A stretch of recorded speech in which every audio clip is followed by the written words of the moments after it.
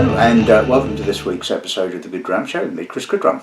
As per usual, a big thank you to everybody that watched last week's episode of the show, liked, commented, all that kind of stuff. Very, very much appreciated. Thank you very much.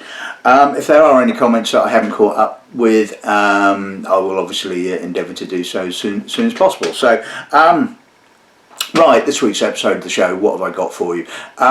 It's a viewer's choice episode of the show, which is really, really cool. So a big thank you to viewer and good friend Neil Wright for the samples for today's episode of the show. Neil is also a customer of a certain company which I can't mention, and which leads me nicely into any comments that I do make in today's episode of the show are wholly my own and obviously have no bearing or relevance to the company that employs me. Just in case I say something naughty, highly unlikely, I imagine. It's, as you well know, I like to obviously, I prefer to give a positive review than, but if I need to sort of be critical, then obviously I will. And not having any control over, to a certain extent, over the samples for today's episode of the show, it's a bit of a sort of like, well, there could be some really good ones in there, could be some stinkers, you never know.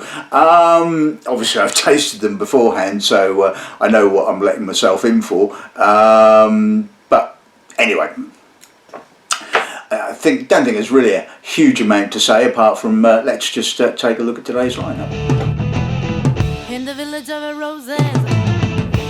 Right, okay, so we're going to kick off with a 9-year-old Glen Elgin. This is bottled by Bartels Rawlings International in their Highland Laird range. I've tasted a few Highland Laird bottlings over the time, although haven't come across any of recent. So anyway, so yeah, like I say, this is a 9-year-old Glen Elgin, aged in a recharred bourbon hoggy, 801, distilled in 2011, bottled in 2019, thus making it 9 years old, and bottled at 56.9%. So, could be a nice one to start off with. Bottling number 2 is a Cadenheads Authentic Collection Blair Athol. It's a 12-year-old aged in a bourbon hoggy. I don't know if it's a single cask or a batch. I don't really know a great deal about Cadenheads bottlings as I don't have any direct dealings with them. Anyway, all I know is that this was distilled in 2009, bottled in 2021 at 59.8%, so 12-year-old. Bottling number 3 is called Periodical number 1 and Orkney, bottled by Ian Croucher. I think it's bottled for Croucher & Co rather than North Star. It's a 12-year-old Orkney, I believe Highland Park, aged in a refill puncheon, and it was bottled in 2021 at 50%, so should be interesting. Bottling number 3 is Lady of the Glen, so nice link to last week's episode of the show. This is a bottling from March 2017, so quite some time ago, and it is called Distilled at a Secret Islay Distillery. It was a refill Oloroso butt finish, yeah, butt finish. Cask number 2905, distilled in October of 2002, bottled in March 2017. I've been led to believe it is Boona, and it is a 14-year-old bottled at 56.2%. And a couple of peaty ones to finish off, which is always really cool. This is a Cadenheads Authentic Collection Cask Strength Leche. 2008 it was distilled, bottled in February 2021. It's a bourbon hoggy or hogsheads in the plural. Like I said, I don't know if it's a single cask or not.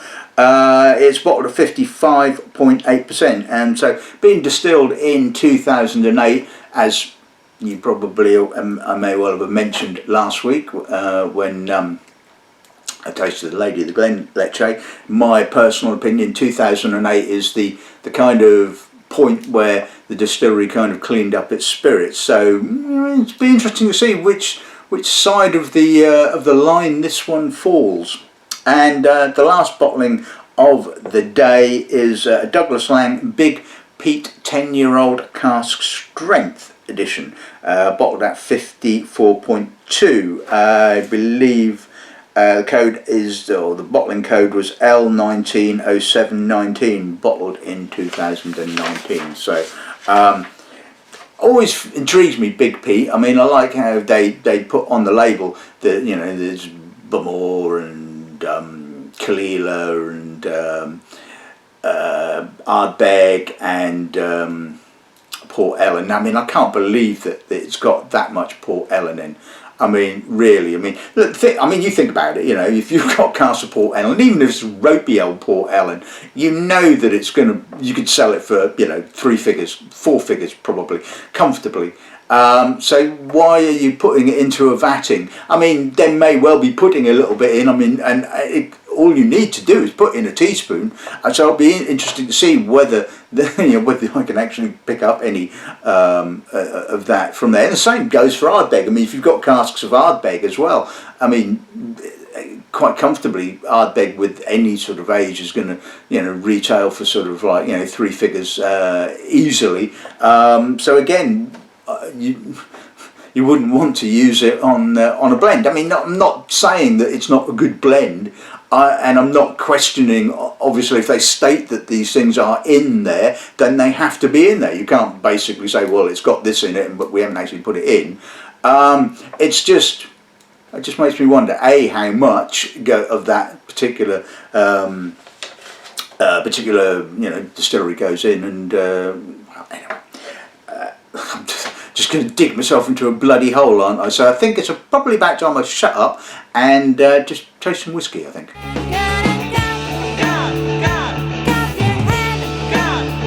Okay, so let's kick off with the Highland Laird Glen Elgin. So let's see what the nose gives us then, shall we? That's a lovely nose. It's fresh, quite ozone-y. I get a lot of ozone. It's you know, white rose, pineapple, banana, a little bit of grilled nuts, a little bit of vanilla, some barley. I mean, that's a lovely summery nose. I mean, the thing is with Glen Elgin, it is, I wouldn't say cast iron, always very, very good, but more often than not, you know, Glen Elgin is pretty much, you know, a bit of a banker, really. You can hardly go wrong with it, really. I mean, there has been the occasional ropey bottling, but this is absolutely lovely. It's a beautiful nose. Like I said, floral, fresh, crisp, Sauvignon Blanc-y, lovely. Let's see what the parts like.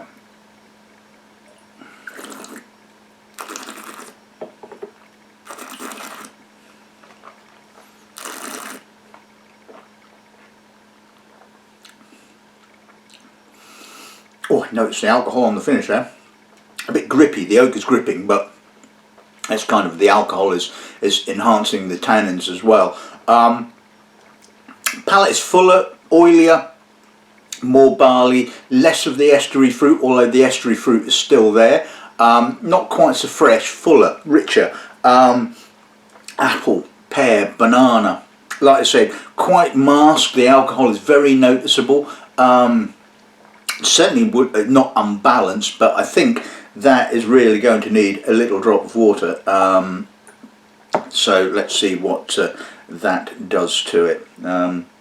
I mean, it is 56% after all. Yeah, that's lovely. I mean, it's a lovely nose to start off with, but it's just settled it down a little bit. We're not quite so intense and crisp. It's richer, it's oilier. It's what I would expect from Glen Elgin. Still some lemon, a little bit of custard powder. Yeah, I mean, that is just, again, a lovely nose. Let's see what the bell's like.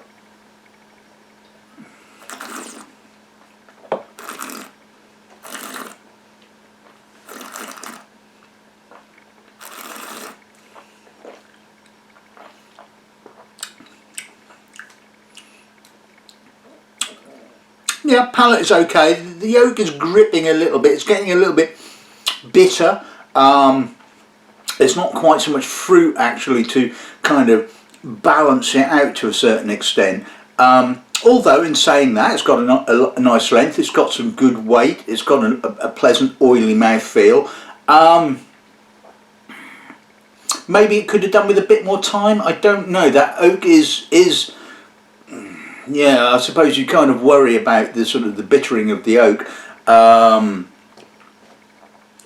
It's possibly because it's a recharred cask, that does kind of, maybe what, if it was me, I'd have maybe popped it out of the recharred cask, put it into well, I say relatively inert sort of refill cask, just to basically get a little bit more maturity in it and make sure that those, you know, tannins don't become overly grippy and overly aggressive and bitter, which they are on the course too. I mean, it's you know, not a bad bottling by any stretch of the imagination. And like I said, if it had been left in this particular cask, I think it would have carried on and become overly sort of tannic and bitter. But yeah, okay, it's a nice one to start with, I think.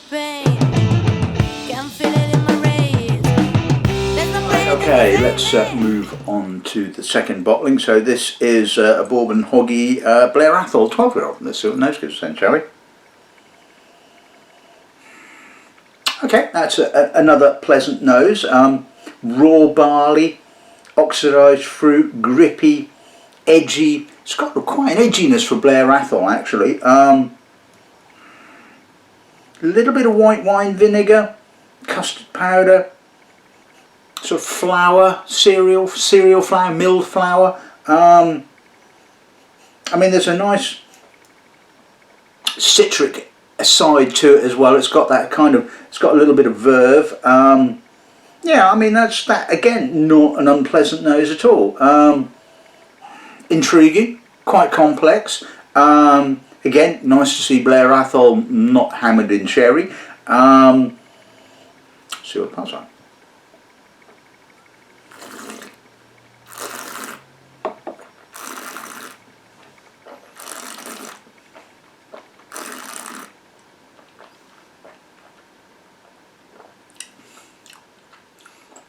Very young, very cereal. Again, I'd take the alcohol is very, very noticeable.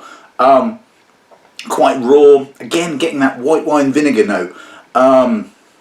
It's like souring of the fruit as well. Not quite so blown away by the palate.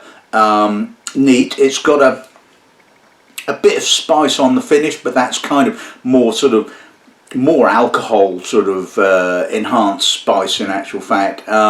It still feels quite young, quite raw, even though it is 12 years old.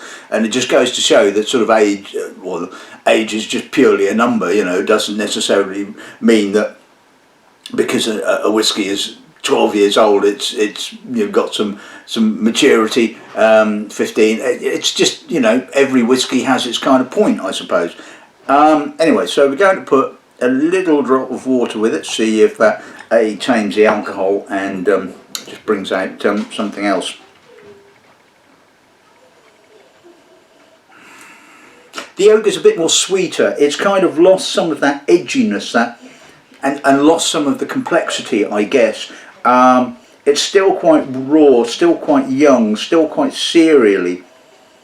Personally, I would have left it a little bit longer. I don't think the cask has done enough work as yet, and that's the thing, isn't it? I mean, this could have probably done with another 2 or 3 years in cask, I think, in this particular cask, because it's obviously not done a huge amount to it. It's certainly not given it a huge amount of vanilla or vanillins or oak character, and it's the spirit is still quite, like I say, it's still quite raw.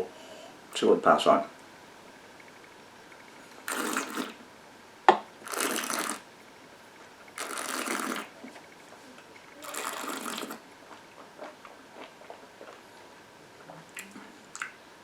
Okay.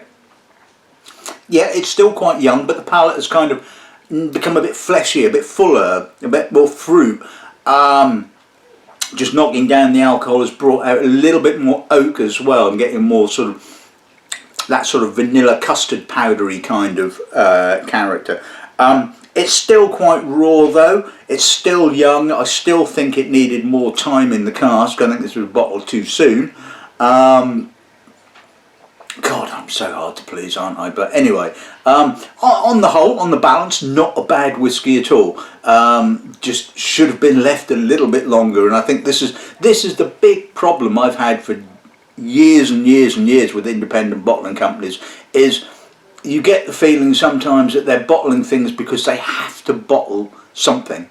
Rather than basically saying we think this cask. Well, I mean, they may well think that that cask was ready for bottling. You know, we're all different. We all see things in a different way. But I think there's always, with the independent sector, there's always that kind of the money aspect at the end of the day. We need to get something bottled. We need to get some stuff sold. And sometimes I think that may well be more of an overriding factor than whether I think that the whiskey is ready for bottling or not. But anyway, that's maybe that's me just being overcritical. But anyway, let's move on.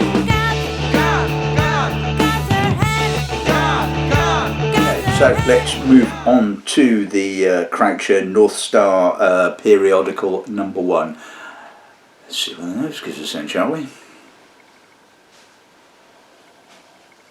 It's okay. It's a pleasant enough nose. It's quite nutty.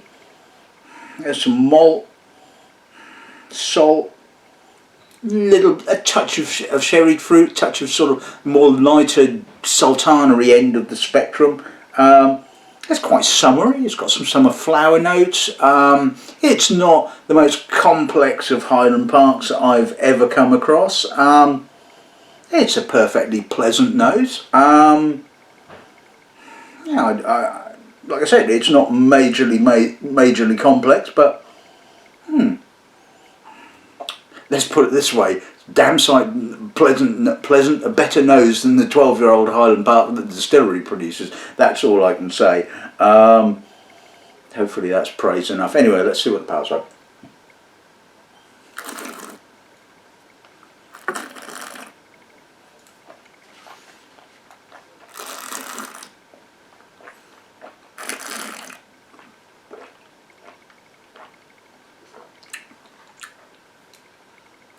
That's a nice palate. Palate is showing more complexity. It's malty, it's nutty, a touch of dried fruit, earth, peat, salt. Really quite malty, quite chewy. It's a really chewy malt in actual fact, but there's a lightness there as well. A little bit of citrus, and that alcohol at being at 50% is just lightening the finish up a little bit. Touch of bitter oak, bit of spice, bit of vanilla, licorice possibly. Nice aftertaste, peppery, nice peppery aftertaste. I mean, that's actually a good whiskey. I mean, all right, the nose was a bit kind of average. The palate is certainly a lot more intriguing, a lot more interesting, a lot more complex. And like I said, you know, if you think that's praise enough, considering this would really beat the pants out of the distillery bottle 12-year-old. Not that I've tasted it of recent, but and I must admit I've never been in a huge rush to revisit it, considering how what's the word, bloody awful it's been over the last 10 years. Did I say something controversial? Anyway, yeah, sue me.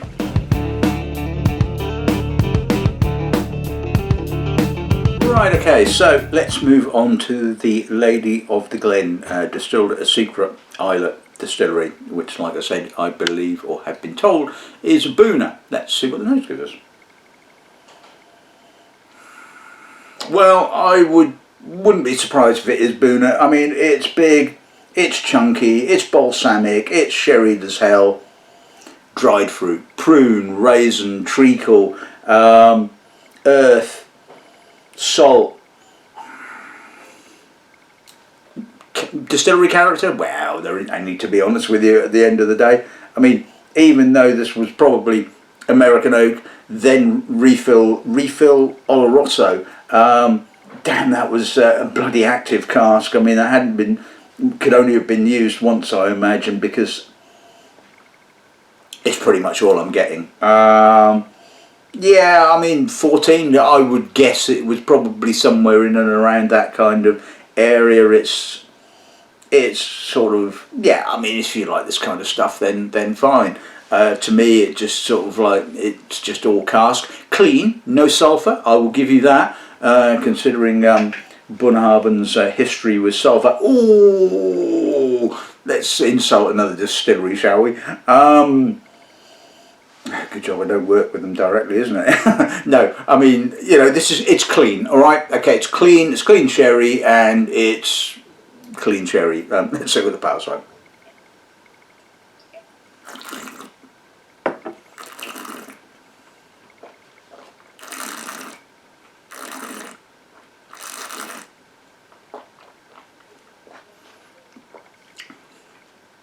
Chunky, malty, lots of Oloroso fruit, quite salty, quite citric and salty on the mid palate. Sherry comes back on the, I mean, again, no distillery character whatsoever, it's all cask. The alcohol's a little bit intrusive, but the weight of treacle is kind of like sort of offsetting it a little bit. There's a little bit of licorice, touch of tannin. I mean, again, it's like, if you like this type of whiskey, and there's a lot of you that do like this type of whiskey, then it is perfectly pleasant. To me, it doesn't quite have enough balance for my personal opinion, or my palate, should we say. I'd like a little bit more distillery character and a lot less sherry. Anyway, let's see what the nose does to this. Doesn't really sort of, well, alright, yeah, the sherry is mitigated a little bit, but it's kind of, it's made it like slightly more homogeneous, really. There's some earthiness, there's, like I said, maybe a suggestion of peat, possibly. I think if I would have probably stuck with it neat, personally,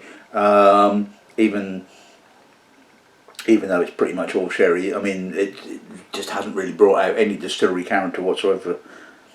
Let's see what pass on.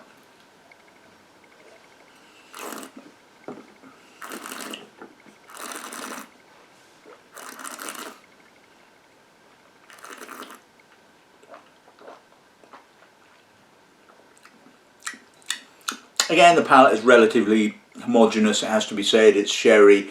It's softer, it's less bitter, still quite woody, a little bit of botanical note there right on the end, some salt, malt, yeah, okay, it's sherry booner again, isn't it? I'm not going to sort of say this is the world's greatest bottling I've ever tasted in my life, but I think if I was going to sort of enjoy this, I think I would just stick with it neat, even though it is a little bit intrusive on the alcohol neat. Water just makes it a bit kind of But anyway, you know, like I said, horses for courses, isn't it? Right, okay, let's move on to the Lecce. Well, I've been sort of you know, a bit critical of the other two. Let's see if I can be critical about this one then, shall we? It's old school Lecce. This is sort of like pre-cleanup, should we say. It's kind of ashy, meaty, slightly nutty, but the peat is kind of pleasantly astringent, but it's sulphured. There's some metallic notes, there's some cabbagey notes, a little bit of oak, a little bit of garden greens. I mean, it's just old school Lecce. I mean, you may well like it. You know, there's a number of you that like it a little bit rough and ready. It's just kind of it's just sort of showing, to me, it's sort of like, you know, how good the spirit could possibly be. You know, it's like I said, this is, if you just modern Lecce, as I've kind of said, you know, you just remove that sort of sulphury, cabbagey, cardboardy kind of character, and you're left with the smoked meat and, you know, the richness of the spirit. And like I said, this is just kind of old school Lecce. You know, maybe it's you know, worth hanging on to. You know, I don't know. as a sort of, hopefully this type of leche won't be produced again. Anyway, let's see what it passes like.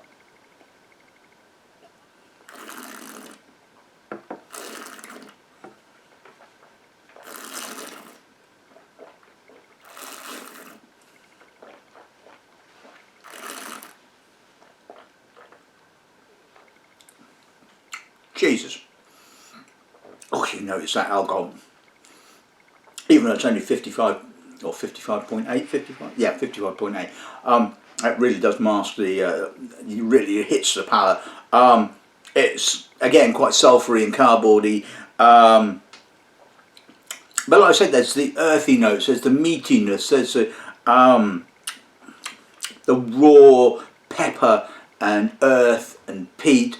And it's got a really good intensity, but it's just that sulphuriness that's just really detracting from all of that. You know, you just kind of taste it and you just go, if only. And of course, obviously, as we well know, leche has, or Tobermory has cleaned up its act, and now you are getting, certainly with leche, you're getting, you know, what it should be. That sort of clean, sort of meatiness and peatiness, and you know, that intensity, rather than a sort of a slightly dirtier character. I mean, yeah, all right, there are probably going to be some of you that are going to sort of go, well, yeah, I liked it a bit rough and ready, a bit dirty, a bit sort of, you know. But to me, it's now a lot more interesting, a lot more, you know, without that sort of, you know, without that sort of sulphuriness. I think it's a far better spirit, personally. And it never did water particularly well. This is the weird thing about you know, old school leche. It all gets a bit soapy and a bit kind of like, you know, no real peat as well. It's all a bit kind of like disappointing. It's kind of anyway, let's see what it does right now.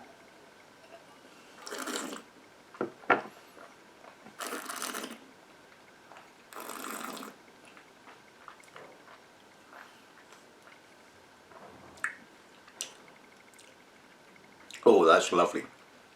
Soap and cardboard. Oh God, that's great. Yeah, okay, so oh, it's got this weird metallic green aftertaste. I mean, it's just kind of, you know, not great. It's not that good at all. I mean, you know, say it how it is. You know, I just don't enjoy that. It's just not pleasant to taste at the end of the day. It's kind of like, yeah, there are some intriguing characteristics there. And like I said, you know, thankfully, we've seen the back end, we've seen the last of this kind of rough old bloody ropey leche, because it had the potential to be so much, you know, so interesting. And like I said, you know, bottlings that I've tasted sort of like post 2008 distillation have certainly, like I said last week with the Lady of the Glen bottling, are just so much more intriguing because they're clean, they're free of all that soapy, cardboardy, sulphury character, you know, and it really does benefit the spirit. So like I said, you know, this is old school leche. This is no detriment to Cadenheads or, you know, any other bottler that's bottled this kind of stuff, because it is what it is at the end of the day, or what it was, shall we say. Now, different kettle of fish. So yeah. Only fear around us, only wrapping a soul. Right, okay, so on to the big Peat. Can I be a bit critical about this one? Ooh, let's see. Actually, that's a nice nose. It's predominantly Kalila, as we expected, or I expected, you know. It's ozony, it's briny, it's fresh, crisp white fruit. I don't get any smoky bemol. I don't get any kind of woody ardbeg. I certainly don't get any Port Ellen, it has to be said. And so therefore I'm going to surmise that the bulk of this is indeed Kalila. No, I've got no problem with that whatsoever. You know, if they want to say what if they want to put a teaspoonful of everything else in, then absolutely fine, no problem at all. I mean, Big Peat has been going for, I don't know when Big Peat was released, but it must have been going. Well, it's been going for over 10 years, hasn't it? Must have been. Or the actual bottling has been bottled, and you know, it's lovely. It is what it is. Just like a lot of these kind of, you know, blended Islers. You know, they are. You're not going to go wrong really if you're sort of basing it predominantly on Kalila. You know, you have to go really. You have to do an awful lot to make Kalila sort of like unpalatable. I think I can sort of. I can't even remember tasting a poor Kalila. I mean, I probably have done. I mean, I've tasted an inordinate amount of Kalila, it has to be said. But anyway, I digress. I'm kind of waffling. Back to this. I mean, it's pleasant. I mean, I wouldn't have guessed it's over 50%. I mean, the alcohol is really well contained. A little bit of oxidised fruit, but like I said, it's briny kind of Kalila. That's not hard. Let's see what the others like.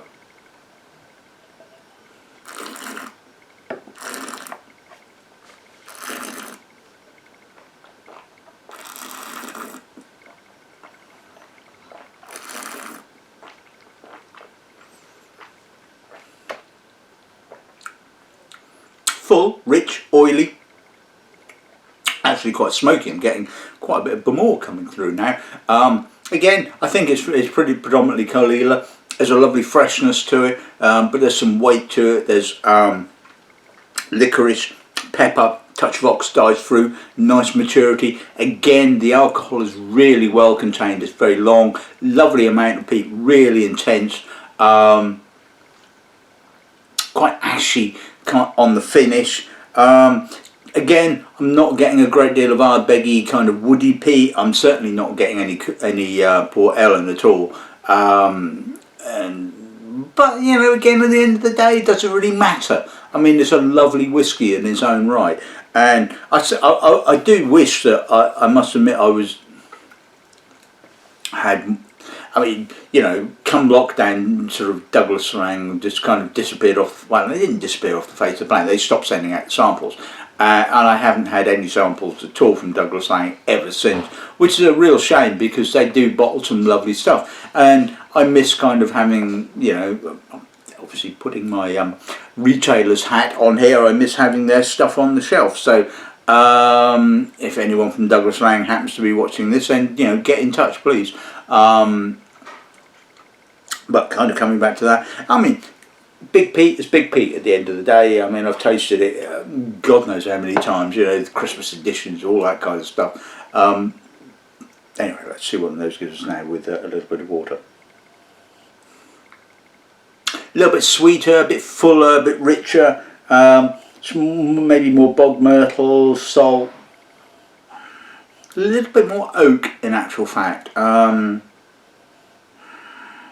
Quite fleshy again. It's got a bit more weight to it now once you put a little drop of water with it, but still really nice. Let's see what it comes up.